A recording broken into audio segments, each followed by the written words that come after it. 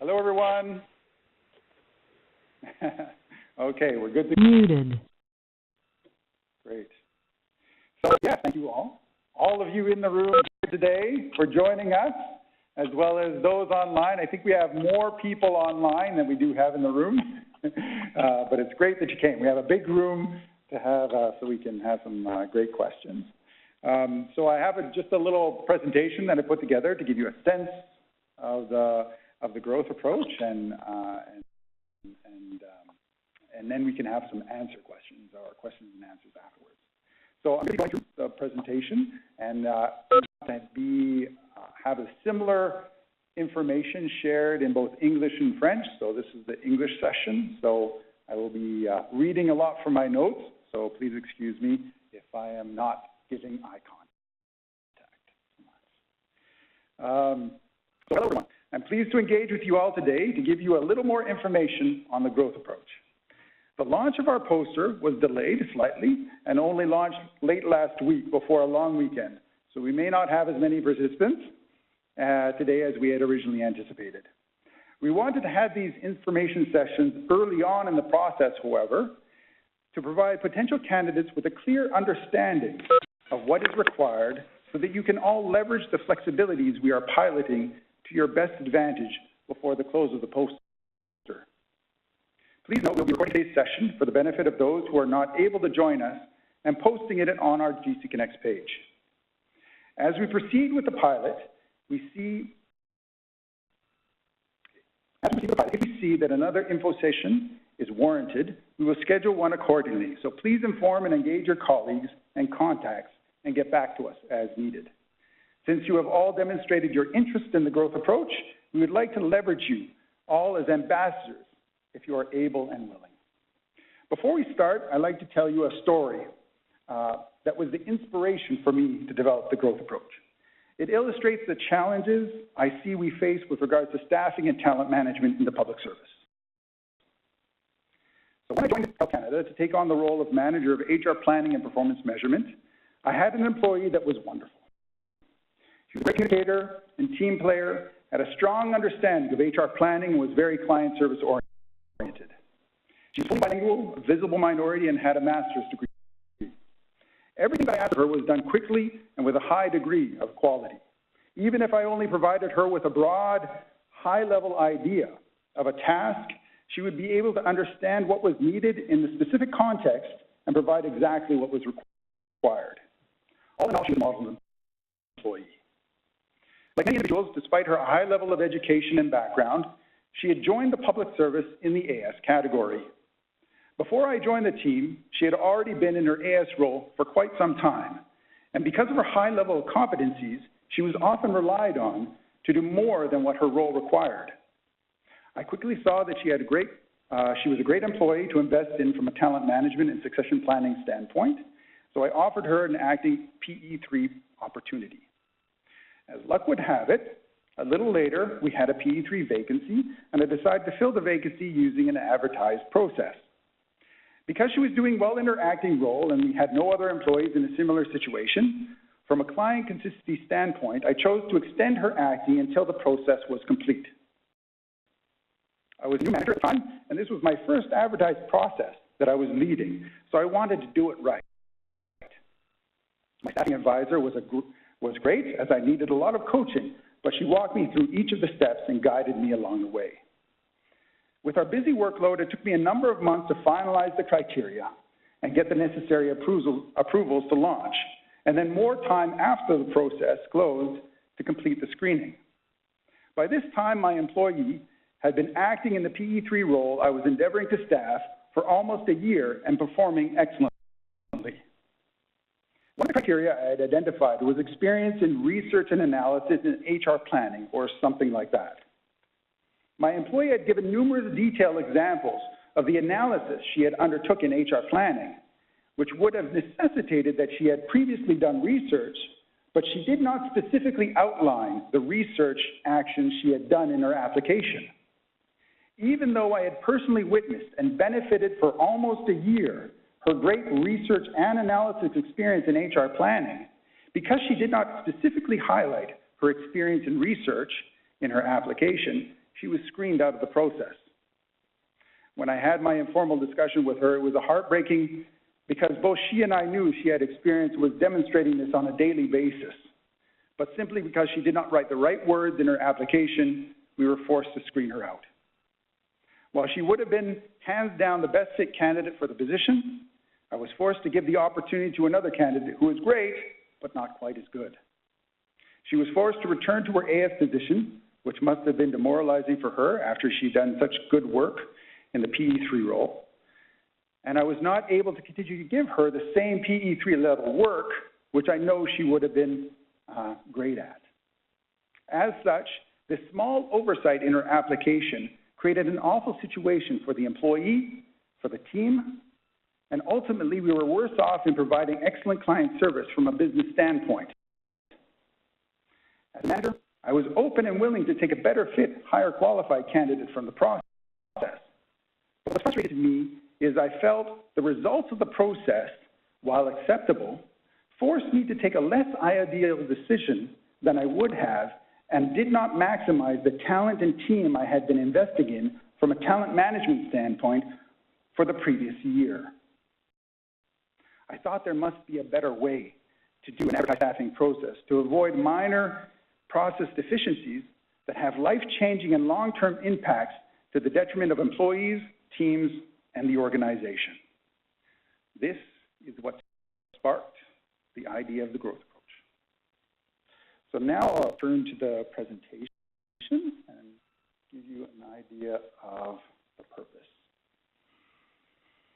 First, I'd like to provide some background and offer you the reasons why we are proposing this alternative approach.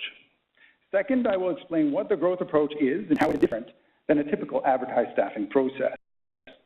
Lastly, I will give you an idea of how we are planning to proceed for this process and answer any questions you may have. If there's anything else you were hoping to get out of this information session, please let me know at the end of the presentation. I will endeavor to meet your needs. As we'll be endeavoring to be as consistent as possible in both English and French information sessions, I will be reading directly from my notes, so please excuse me if I do not always provide direct eye contact. As this is a pilot, we're still sorting out some of the details, so some things may evolve or change as we actually move through implementation. But I should be able to give you a good picture of what we are aiming for now. Now for the background. I'm not going to go into the detail of this slide, other than to tell you this has been over a three and a half year journey for me so far. From my initial idea, I honed the concept with a number of employees and managers using a design thinking approach, and then collaborating with other HR colleagues and leaders in a variety of different HR disciplines to finally arrive at what we are piloting today. Each time I and my colleagues presented to Health Canada's Senior Management Committee, the initiative was supported and approved to progress to the next step. The major challenge, therefore, has been my own capacity and not having dedicated resource to support the approach. What is not often recognized is developing, getting support for, and implementing something innovative is not as easy or straightforward as a normal project or initiative. It takes twice as much work and effort, if not more. And when this is combined with only being able to work on the side of the desk, it requires much more stamina and determination to make progress. This is why I believe the public service still has a long way to go to solidify its support for innovation. Because even when there is senior management support for innovation ideas, it takes 3.5 years to test something innovative, or innovative idea may no longer be innovative anymore. The reason I'm mentioning this is to ask for your patience as we proceed through this pilot. While we have been working on it for a long time, implementing it in reality is an entirely different challenge, and we need to react and adjust as we proceed. Further details of this innovative journey to date can be found in the notes that I will be posting after the info session. Next slide.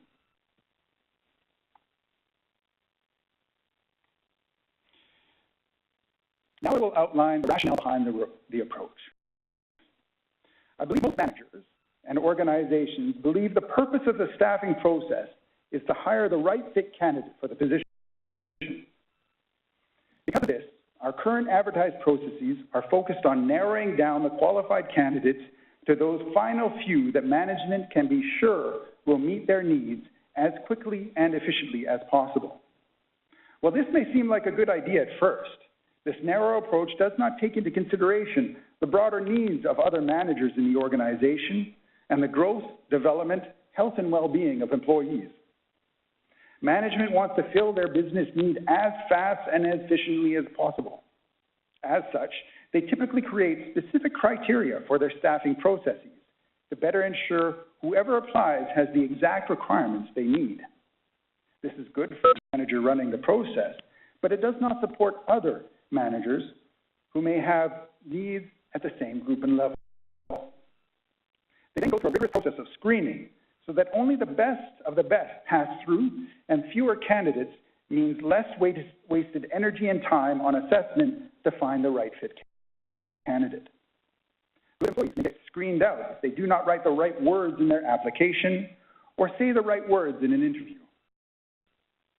Finally, managers may choose a candidate that was very successful in applying and presenting themselves throughout the process, but this candidate may not, in fact, be the ideal one for the job and team dynamic. As you'll see on the next slide, this approach to advertised staffing has a number of negative impacts on stakeholders involved. I won't go into the details of this slide, but this is just to give you an idea. The growth approach is proposing a fundamental shift in our emphasis of staffing. The approach suggests staffing processes should have as their primary goal the determination of whether or not candidates have the qualifications or not for the role. After this, it's management's job to determine who their ideal fit candidate should be. This minor shift in emphasis has profound implications for our process. Rather than focusing on weeding out as many candidates as possible to only qualify the best of the best, the growth approach proposes a robust assessment of all candidates on each criteria so management can be sure whoever they select will have the necessary experience, education, knowledge, and competencies necessary for the job. This shift in focus would not be sustainable if this was the only change the growth approach is proposing. So now let me walk you through the current state and proposed future state so that you can see how we can propose having a more robust assessment approach while at the same time reducing the time and effort we spend on processes. On the first slide, we see that managers, with the help of HR, are initiating a number of processes throughout a year to meet their specific staffing needs. We also see, however, that the processes all share some common criteria. So this indicates they're likely at the same group level, yet they are to meet various more specialized roles for each process. Depending on their experience and background, employees are applying to multiple processes throughout the year in the hopes of becoming qualified and appointed in one of them, but it may not be their ideal job.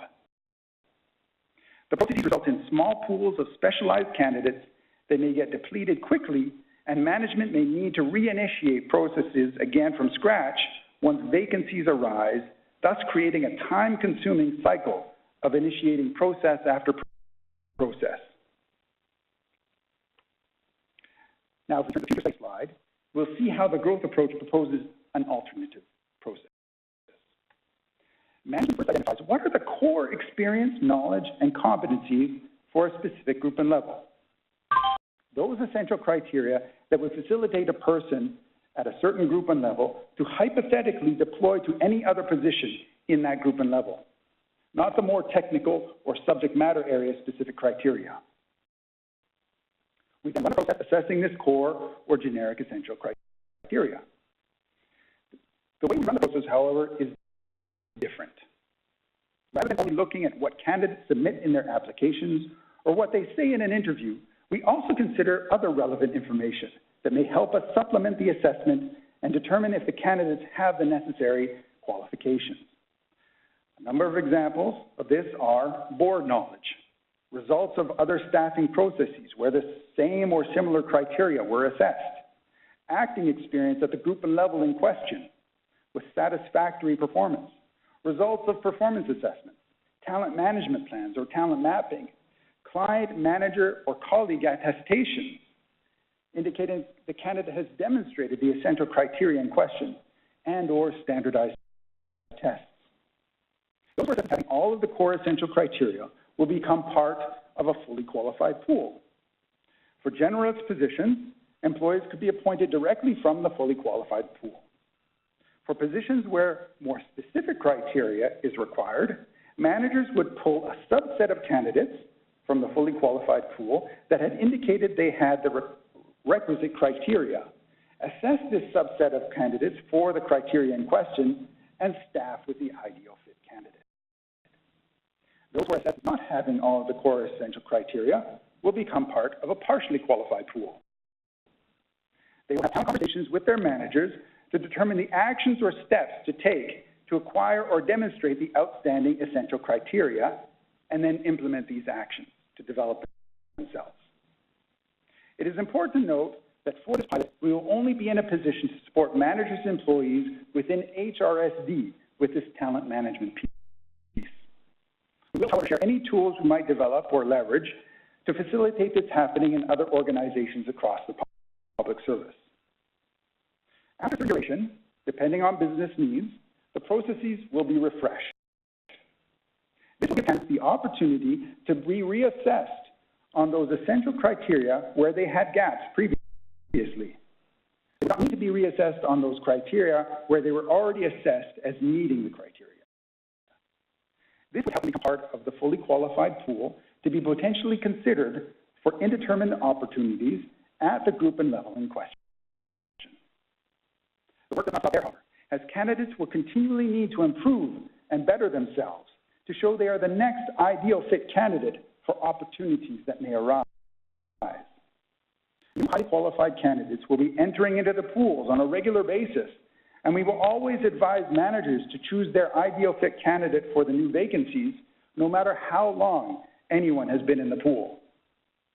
This approach will provide management with continuously replenished pools of highly qualified talent ready to meet their needs at a moment's notice. Through the flexible, open, and robust assessment approach, management will have confidence that the candidates have the core essential criteria to meet their needs. It will reduce the burden on HR to support numerous one-off staffing processes. And finally, it will support the development and talent management of employees, thus helping us retain and attract great talent. Now let me outline the steps candidates should take to participate in this process. If you're thinking of applying, you should determine how you would like to demonstrate how you will meet the essential education and experience criteria. You could do it by simply providing detailed examples of how you meet the essential criteria, or by providing specific reference to supporting documentation that you will be submitting, or by some combination of the two. This decision is entirely up to you. Our goal in this is to get as robust a picture as possible on if you meet the essential criteria or not. At the same time, we do not want this to become unnecessarily burdensome for you. We're going very broad for this initial launch, leaving it quite flexible to see what we receive. We will then determine from our experience and yours if any adjustments might be warranted for the next time we refresh the pools. Please note, as indicated on the poster, definitions and examples of behaviors relating to organizing and strategic can be found on the Growth Approach GC Connects group. Through this, we are endeavoring to be as open and transparent with the kinds of behaviors and experience candidates need to demonstrate so that the candidates clearly know what the assessment board is looking for. Also, please note, for the more specific criteria that may be assessed at a later date, depending on the needs of the hiring manager, the only thing you should be submitting at the application stage are the number of years of experience you have for each criteria. No need to go into a whole list of detail of all of the experience that you have in either staffing or classification or any of the other more specific domain questions. You already have enough information to handle to demonstrate the essential experience criteria. So through this, we are endeavoring to reduce the burden somewhat on candidates at the application stage. Candidates will be screened in or out based on the essential education and experience criteria. The rationale behind this is we are thinking it might be too difficult to manage if the majority of candidates were added to the partially qualified pools, even if they only met one experience competency. This, however, is one of the areas we hope to learn about from the experience in the pilot to see if any adjustments might be warranted. This also does not prevent screened out candidates from having talent conversations with their managers to determine and take steps to obtain the experience they may be missing for the next time the processes are refreshed. Even though screened out candidates will not be part of the partially qualified pool, my plan is, if and when screened out candidates reapply, they can bring forward their previous results, and then they only need to focus on demonstrating where they did not meet previously. Once screening is complete, our current plan is screened-in candidates will be sent a competency template and given approximately 2 weeks to complete it. Please note this is still subject to approval. While the template is still being finalized, the basic idea is this will allow candidates the opportunity to identify how they feel they meet the essential competency criteria and associated behaviors, and submit this back to the Growth Approach email account, along with any additional supporting documentation they wish to be considered. Board members will have time to review the submissions and consider any past or new documentation and discuss as needed. This will then prepare them for the interview and help them determine where they might like to focus their questions to obtain further clarification, nuance, or more information. Screened-in candidates will be invited to an interview and be offered the opportunity to speak to how they feel they meet the competencies. This will allow them the opportunity to provide further nuance or information from what they had submitted previously. Board members will then ask follow-up questions based on their previous review, as well as what was provided in the interview. They will also have the opportunity to ask other additional broader questions to get a broader understanding of the candidate. Further details on this interview stage will be provided in the frequently asked questions document once it is finalized and approved. After the interview, board members will consult and determine if they would like to ask the candidate to provide a sample of their work, as well as someone to corroborate their contribution on the product. References will also be requested, but we are still determining who, how many, and what they will be asked about. All of this will help inform the board's assessment of each of the candidates' competencies based on all of the information at their disposal. Candidates will then be notified that they are either placed in a fully or partially qualified pool and encouraged to have talent conversations with their manager accordingly. Candidates will have the opportunity to have an informal discussion with one or more of the board members to discuss the process and assessment. Managers can then leverage the pools as indicated previously, assessing the other more specific criteria they may have as either essential or asset criteria to meet their needs. Candidates in the partially qualified pool will work with their managers to improve in the areas where they may have gaps in preparation for when the processes are refreshed. Surveys will be utilized at various points to obtain feedback from board members, hiring managers, candidates, and HR advisors on the effectiveness and efficiency of the process to evaluate the results of the pilot. These results will then be shared with senior management and participants in the process, and adjustments will be made to the pilot as warranted. Well, I'm sure that along the way, we have done our best to mitigate the major risks we anticipate facing. As with anything innovative, this will give us the opportunity to try out something new that could help us create something better than what we have now.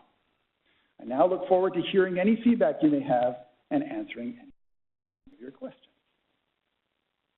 Thank you very much. Okay, so we have a few people in the room, but that's a whole bunch of information to process. And we have a bunch of people online on the WebEx. We can, maybe what we can do is we can see if there are any questions in the room so far with regards to the growth approach. And then we can return to the WebEx as well. Nothing yet.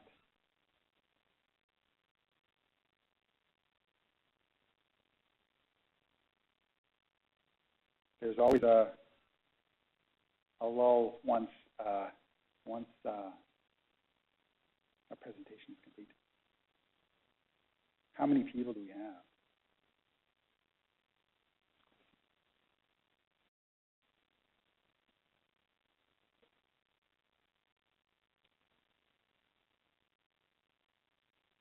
See the chat? Any questions in there if you scroll down?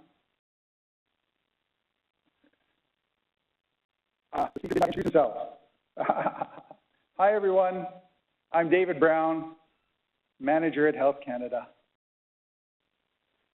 Yeah. I forgot about that. I thought everyone knows me.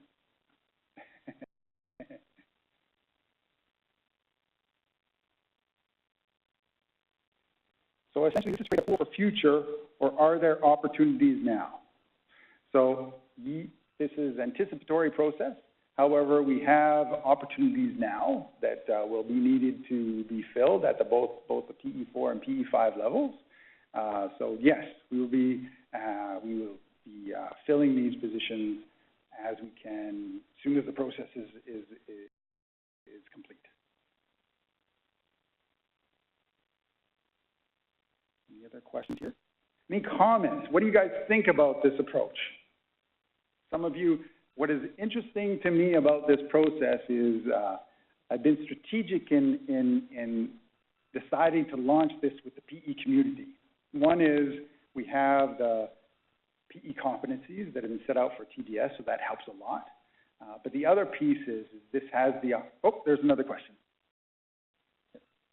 Will candidates who have already been fully assessed in other pools, processes, be able to avoid yet more interviews, exams, competency templates if it has already been demonstrated in their other processes that the candidate meets the competency? No.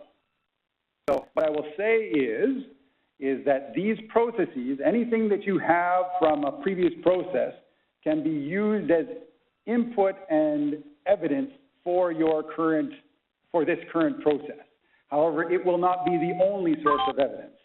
So if that's the only thing that you provide, that's what we will go on. But we would like to have a broader understanding of this. The way in which, the reason this is because the way in which these other processes assess their candidates, we have no idea about. In this way, by using this as evidence, we will have that understanding along with all of the other evidence that employees will be submitting to know whether or not that is valid for our purposes within this process. So will it be, however, I would say if I were a board member looking at a person that had been screened in or approved in 4 or 5 different pools, will I say that this person likely has the competencies required? Absolutely. So that is something that we'll definitely take into account. So it's not that it will not be a blank check, yes, you don't have to do, but it will be something that will be definitely considered strongly. Obviously. Yes. Are there opportunities for regional participation? Yes, absolutely. The process is open across Canada, first initially for HRSD employees, but we have a sliding area selection. For that sliding area selection, it can be open to any other government department to apply to this process. We hope that many PE candidates will apply, because this will give us that opportunity to have that understanding of both the interest in this process as well as how we can better improve the process. So if there are gaps that we see in certain areas, so if we have gaps in staffing or gaps in classification where we see the candidates internally, we don't have enough candidates internally to meet those needs, then we will extend it to those groups who have identified that experience in their application. When they say how many years of experience, that's where you would identify that. I will say upfront, one of the areas that we do have gaps in, that we know already, that we will be expanding the area of selection to, are classifications, people who have experience in classification. So if you are a classification advisor, or you know classification advisors who are interested in participating in an innovative process, then please let them know about this. But it will depend on the screening results as we go through this process. Here's another one. How many PE5 positions exist in Health Canada in the regions, or are all the positions located in headquarters? So for the PE5 positions, we, at least in the Client Services Division, we have a national model.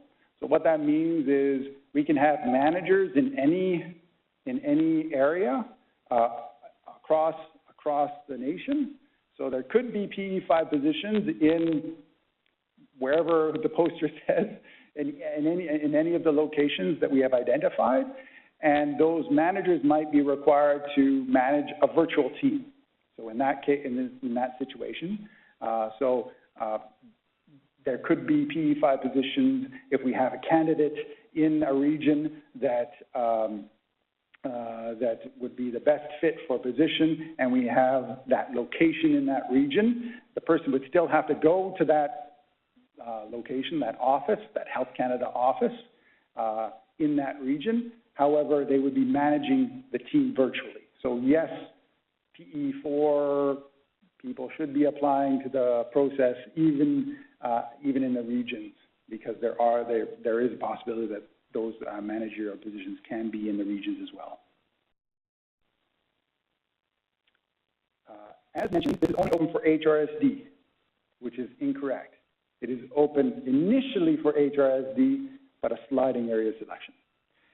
If we were approached by employees who were interested in making a move into HRSD, could we use this approach to help them develop their TM plan? What if we were approached by employees who were interested in making a move into HRSD? Could we use this approach to help them develop their TM plans? I would absolutely say yes. So one of the big benefits of this, I feel, for employees is giving an idea of saying, okay, this is the core experience criteria that we are saying is needed at a particular level.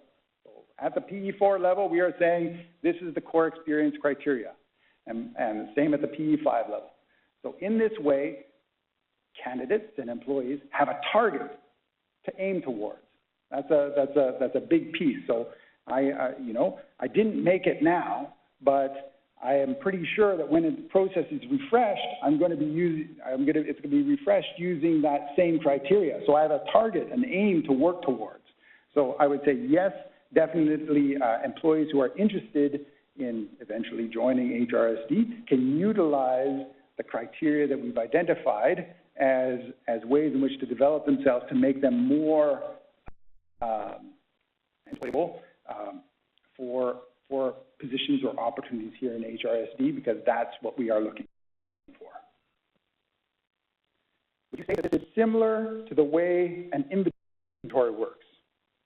I would say similar, yes, but a little bit different. So people have said it's similar to an inventory. People have said it's similar to a collective staffing process. So yes, there are synergies across the way. So my understanding about the inventory is, and the way in which this is different is, this is giving you a qualification, at least the generic level, saying that you are fully qualified if you become fully qualified at that given level. Whereas an inventory might be often partially qualified or still needing to assess certain pieces or elements to become fully qualified. We are saying that you are fully qualified to perform at that level once you are, if you meet all the essential criteria at the PE4 or PE5 level, depending on the process you apply to. So This is George Wenzel. He's saying 43 PE5 positions nationally. Of those, 37, thank you for this information, of those 37 are located in Ottawa. This is demonstrating my ability to research HR data. Very good, George. Wonderful. Thank you for your research and giving me that information. So, any other questions in the room? I've been reading the ones from the, what do you guys think of the approach? Think it's good? You're interested in, I mean, one is participating in it from a participant standpoint, which is going to be interesting. But if you have any feedback, welcome to have any feedback on the actual idea, the concept as well. So George, Mary Claude mentioned, but where the positions are located now doesn't mean that's where they will be staffed when becoming vacant. Yes, good point. So that was the point of, you know, if we have the great candidate in a region and we have an office located in that region, and then we want to leverage that talent in that region, then that is where we might have that position be staffed in. So we might start out with 37 located in Ottawa. It could be across the country eventually.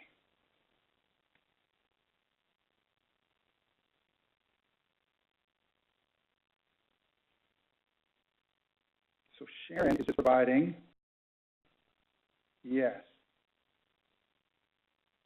the items that is in the poster that we can utilize. So a variety of different items are identified in the poster, but I would also say it's not necessarily limited to what it says there. It says etc. So if you have a great idea, this is my cooking teacher gave me some kind of thing, so I'm great at strategic HR planning or whatever it might be. If it makes sense, then we will accept it. So we're being quite open and willing to accept anything that you all think. Yes. So. Hey, David.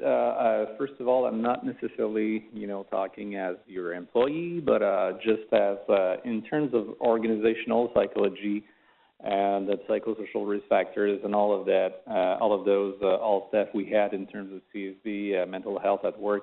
I think, like at the beginning of this session today, you were talking about a story that I think is will certainly have echoes on every or some of the public servant, I guess. And this is here we could see that this is a true answer to psychosocial risk factors and mental health in the workplace. So if you think about it, it's just about growth and development, and it is also about a little bit helping to manage workload management. We are also talking about balance and all kind of, it really addresses a lot of situations, and I guess like this is not something that we should forget about, because it's really one of the concrete approaches. Is not about, hey, people just have an impact on your home stress and your home situation and your home responsibilization. It is really an answer about basically how to conduct talent management and how to be more inclusive and out-of-the-box approach kind of, but also that should have an impact on people engagement and a whole lot of other situations that address the mental health in the workplace, but has working indicators instead of just individual indicators. And just for that, I think this is really innovative.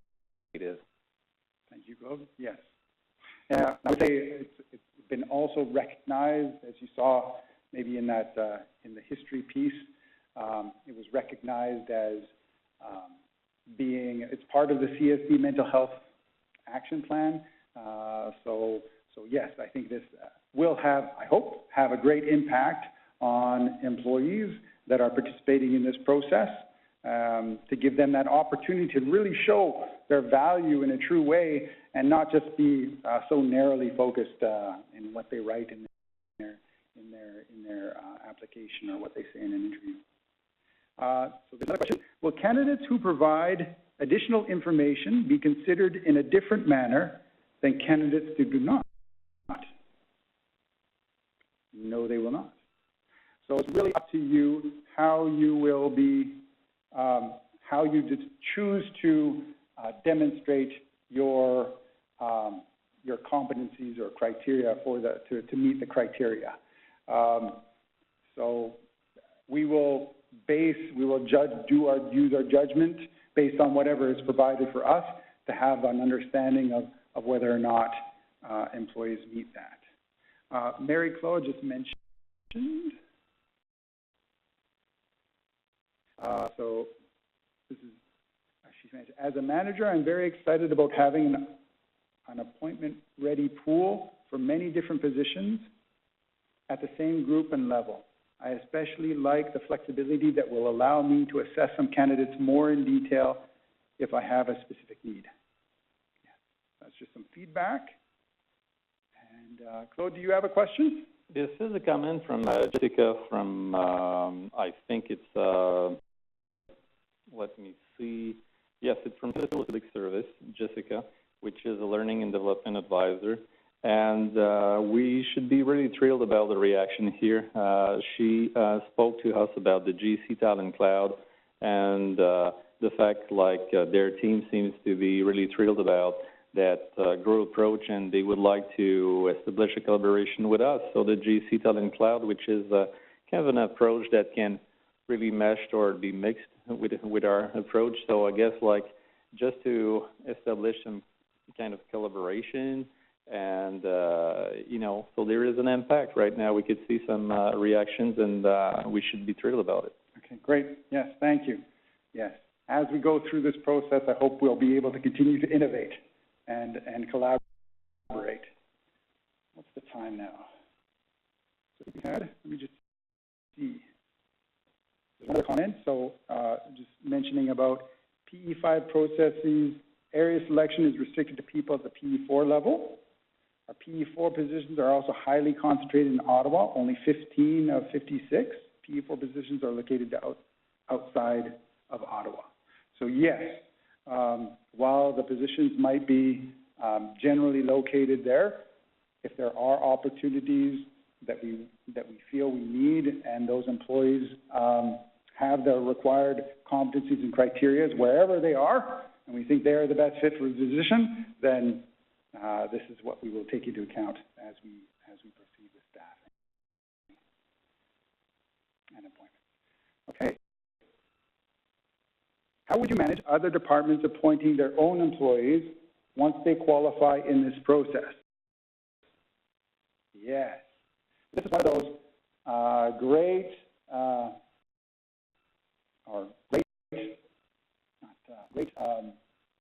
opportunities, I guess, with the public service at this time with regards to non-advertised staffing. Often, if we can get qualified in another pool elsewhere, we might be able to leverage that qualification to become appointed in our own organization or elsewhere.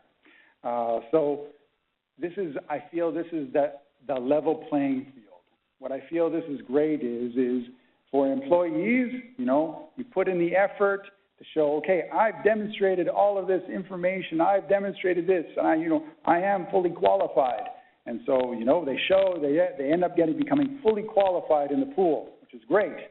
And then management might only have a handful of positions to be staffed.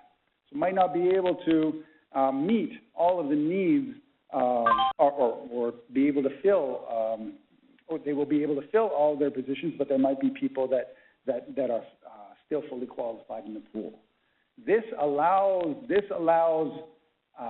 employees, if they are not able to get an opportunity here in Health Canada, that they can then market themselves and use this process to be promoted or find opportunities elsewhere. What I would say is, you know, I feel that's definitely, this is the reason why, you know, we've been restricting this mostly to HRSD. It's not, you know, we're piloting it at first to keep it narrow. So we support the the growth and development of our employees, but it allows employees, if we as an organization are not able to support and the growth and development of employees, it will help facilitate them to get opportunities elsewhere, which ultimately, from a public service standpoint, is great, is wonderful. It will help employees get that opportunity to really show and demonstrate their competencies wherever they are. So, and then eventually, if there are positions that open up in Health Canada, then can welcome the person back to Health Canada, as the case may be. But yes, I think it's a great motivator for employees to participate in this process, because it is assessing in not the same way. And so by using this different way of assessing, might have a better chance at becoming qualified in this pool. And from that, if not here, then elsewhere, you might be able to have those opportunities. Particularly, I would say what is interesting to me about this is the impact that it might have on employment equity groups, for example, and enabling them to show their competencies and experience in a variety of different ways to help them progress in their career, where they might have had barriers in the way in which things were assessed in the past in a normal process. So I see that as being a great opportunity as well. Any other questions here?